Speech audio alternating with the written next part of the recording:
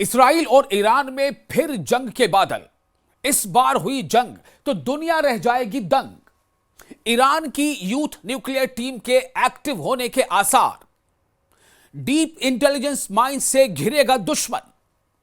Abbas Araghchi, जी हां, Abbas Araghchi जो Iran के विदेश मंत्री हैं, वो कहते हैं कि हम बहुत सावधान हैं।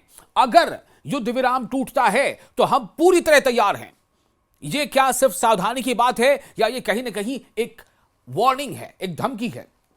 उनका कहना है कि हमारी इच्छा ये हमारी नहीं है कि हम जंग शुरू करें। शुरू से ही हमारी ये इच्छा नहीं थी, हम ये युद्ध नहीं चाहते थे, लेकिन हम इसके लिए तैयार थे। हम नहीं चाहते कि युद्ध जारी रहे, लेकिन फिर भी हम इसके लिए पूरी तरह तैयार हैं। दरअसल एक बार फिर ऐसे हालात बन रहे हैं कि इस्राइल और ईरान में 12-13 दिनों की जो जंग चली थी, दुनिया ने देखा था कि किस तरह से इस्राइल पर ईरान भारी पड़ता नजर आ रहा था। शुरुआती दिनों में इस्राइल ने बेशक ईरान में तबाही मचाई, लेकिन ईरान के जो मिसाइल इस्राइल पर फिर बरसने लगे तो दुनिया ने देखा कि किस तरह से ईरान ने अपना दम दिखाया। तो क्या सबसे बड़ा सवाल यही है कि एक बार फिर ऐसे हालात बन रहे हैं? बेशक ऐसे हालात बन रहे हैं। तेहरान से लेकर तेल अवीव तक हवा में बारूद की गंध अब भी तैर रही है।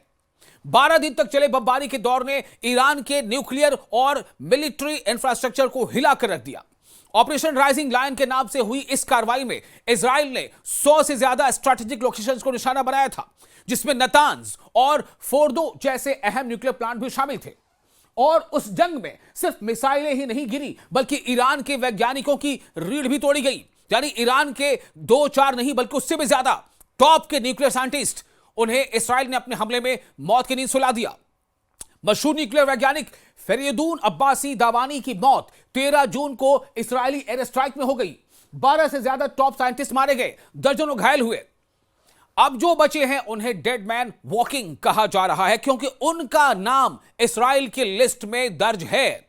लेकिन ईरान ने भी दिखा दिया था कि ऐसे कई नाम थे जिसके बारे में यह चर्चा थी कि इस्राइल ने अपने हमले में उन्हें मौत की नींद सुला दिया है, लेकिन बाद में वो मंजरेआम पर आए। तो क्या यह ईरान की एक स्ट्रैटेजी थी? बहरहाल जो हुआ वो वजह थी कि ईरान ने तुरंत स्पेशल ऑपरेशन चलाकर इन्हें अंडरग्राउंड भेज दिया था। जी हां, यह थी वो ईरान की चाल, हम कह सकते हैं ये ईरान की चाल थी कि जिस तरह से समझ गया ईरान कि इजराइल लगातार ये चाहता है कि कहीं ना कहीं ईरान को इस फ्रंट पर कमजोर किया जाए, तो ईरान ने अपनी तैयारी कर ली थी। तेहरान और उत्तरी तटीय इलाकों में बने सेफ हाउस अब इन साइंसदानों के लिए, जो न्यूक्लियर साइंसदान हैं, उनके लिए नए पते हैं। और इनके यूनिवर्सिटी की ओहदों पर अब ऐसे लोग बिठा दिए गए हैं जिनका न्यूक्लियर प्रोग्राम से कोई लेना देना नहीं है। तो यह है ईरान की स्ट्रैटेजी। यह पूरी कवायद सिर्फ एक चीज साबित करती है कि ईरान जानता है कि भले ही तबाही की नई तारीख तय नहीं है, लेकिन जो चीज तय नहीं होती वो किसी भी वक्त हो सकती है। ईरान अपने अमल से यह साबित कर रहा है। यही वजह है कि ईरान की तरफ से बचे हुए टॉप साइंटिस्ट को गुप्त ठिकानों पर, यानी खुफिया ठिकानों पर भेज दिया गया है। टेलीग्राफ की रिपोर्ट के मुताबिक साइंसदानों को तो पहाड़ों के भीतर बंकर नुमा स्ट्रक्चर में है, जहां सैटेलाइट ट्रैकिंग भी मुश्किल है। हर सेफ हाउस में 24x7 हथियारबंद गार्ड, यानी हर वक्त फायर प्रूफ डोर और मल्टीलेयर बायोमेट्रिक सिक्योरिटी सिस्टम लगा है। सवाल यह पैदा होता है कि आखिर यह सब इंतजामात क्यों? इतना ज्यादा एहतियात बरता जाना आखिर क्यों?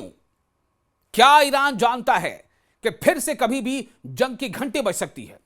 खास बात यह है कि साइंसदानों के खानदान वालों को भी खुफिया जगहों पर शिफ्ट किया गया है। यानी सिर्फ साइंसदान ही नहीं, न्यूक्लियर साइंसदान ही नहीं, बल्कि उनके रिलेटिव्स, उनके करीबी रिश्तेदार, उन्हें भी मुकम्मल तहफ़्फ़ुज़ फराहम करने की पूरी फूल प्रूफ प्लानिंग है।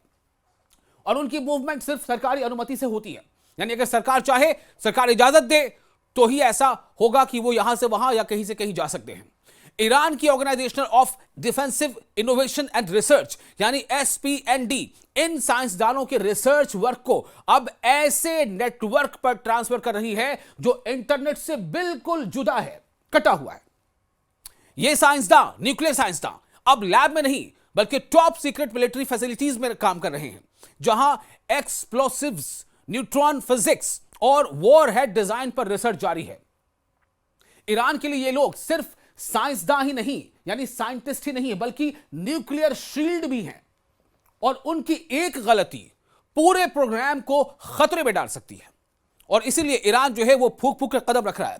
इस्राएल की खुफिया एजेंसियां इस मूवमेंट पर नजर रख रही हैं और उनके पास इन सेफ हाउस के बारे में कुछ क्लूज भी हैं, ऐसी रिपोर्ट्स मिल रही है। यही वजह है कि तेहरान में डर का माहौल गहराता जा रहा है, क्योंकि अगर एक भी लोकेशन ट्रैक हुई तो वहां का अगला सूरज शायद ही कभी उगे, क्योंकि ईरान यही मान रहा है कि उसके न्यूक्लियर प्रोग्राम की बची हुई ताकत पर इस्राएल और अमेरिका की नजर लगातार टिकी हुई है। यह ईरान का मानना है, इसीलिए ईरान ने वो तमाम एहतियाती कदम उठा रखे हैं।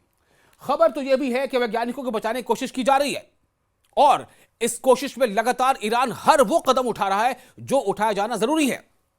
आपको ये बता दें कि जून 13 से 24 के बीच अगर जंग के 12 दिनों में ईरानी पुलिस और इंटेलिजेंस एजेंसियों ने 21,000 संदिग्धों को जो गिरफ्तार किया, तो इनमें 2,774 गैर मुल्की, गैर कानूनी जो है वो माइग्रेंट भी शामिल थे, जिन पर इस्राएल के लिए जासूसी करने का शक है। 261 लोगों को सीधे सीधे जासूसी के इल्जाम में पकड़ा गया, जबकि 172 को यह माना गया कि काफी हसास इलाकों में, जो कह सकते हैं सेंसिटिव इलाकों में, अनऑथराइज्ड फिल्मिंग के लिए, शूटिंग के लिए, रिकॉर्डिंग के लिए उन्हें हिरासत में लिया गया है। इस दौरान साइबर क्राइम पर भी बड़ी कार्रवाई की गई है। 5,700 से ज्यादा केस दर्ज किए गए, जिनमें ऑनलाइन फ्रॉड, डेटा चोरी और फंड ट्रांसफर शामिल है। देश भर में 1,000 से ज्यादा चेक पॉइंट्स बनाए गए और पब्लिक को खुलेआम कहा गया कि किसी भी संदिग्ध हरकत की तुरंत रिपोर्ट करें। इस वॉर बोर्ड का नतीजा यह निकला कि हर गली मोहल्ले में खुफिया एजेंसियों की मौजूदगी महसूस होने लगी। लेकिन ह्यूमन राइट्स ग्रुप्स कह रहे हैं कि इन गिरफ्तारियों का बड़ा हिस्सा राजनीतिक असहमति, यानी कि सियासी गैर रजामंदी दबाने के लिए इस्तेमाल हुआ है। ईरान के लिए यह कार्रवाई सुरक्षा कवच है, लेकिन विरोधियों के लिए यह इनसाइडर क्लीन अप का बहाना है। इंटेलिजेंस रिपोर्ट के मुताबिक 21,000 में से सैकड़ों लोगों पर गंभीर आरोप लगाए गए हैं, और उनमें से कम 7 लोगों को इजराइल के लिए जासूसी के जुर्म में फांसी दी जा चुकी है। ये सब हालात क्या बता रहे हैं? हालात ये बता रहे हैं कि जंग की घंटी कभी भी बज सकती है, और इसीलिए ईरान अपने तौर पर पूरी तरह से अपनी तैयारी को यकीनी करना चाहता है।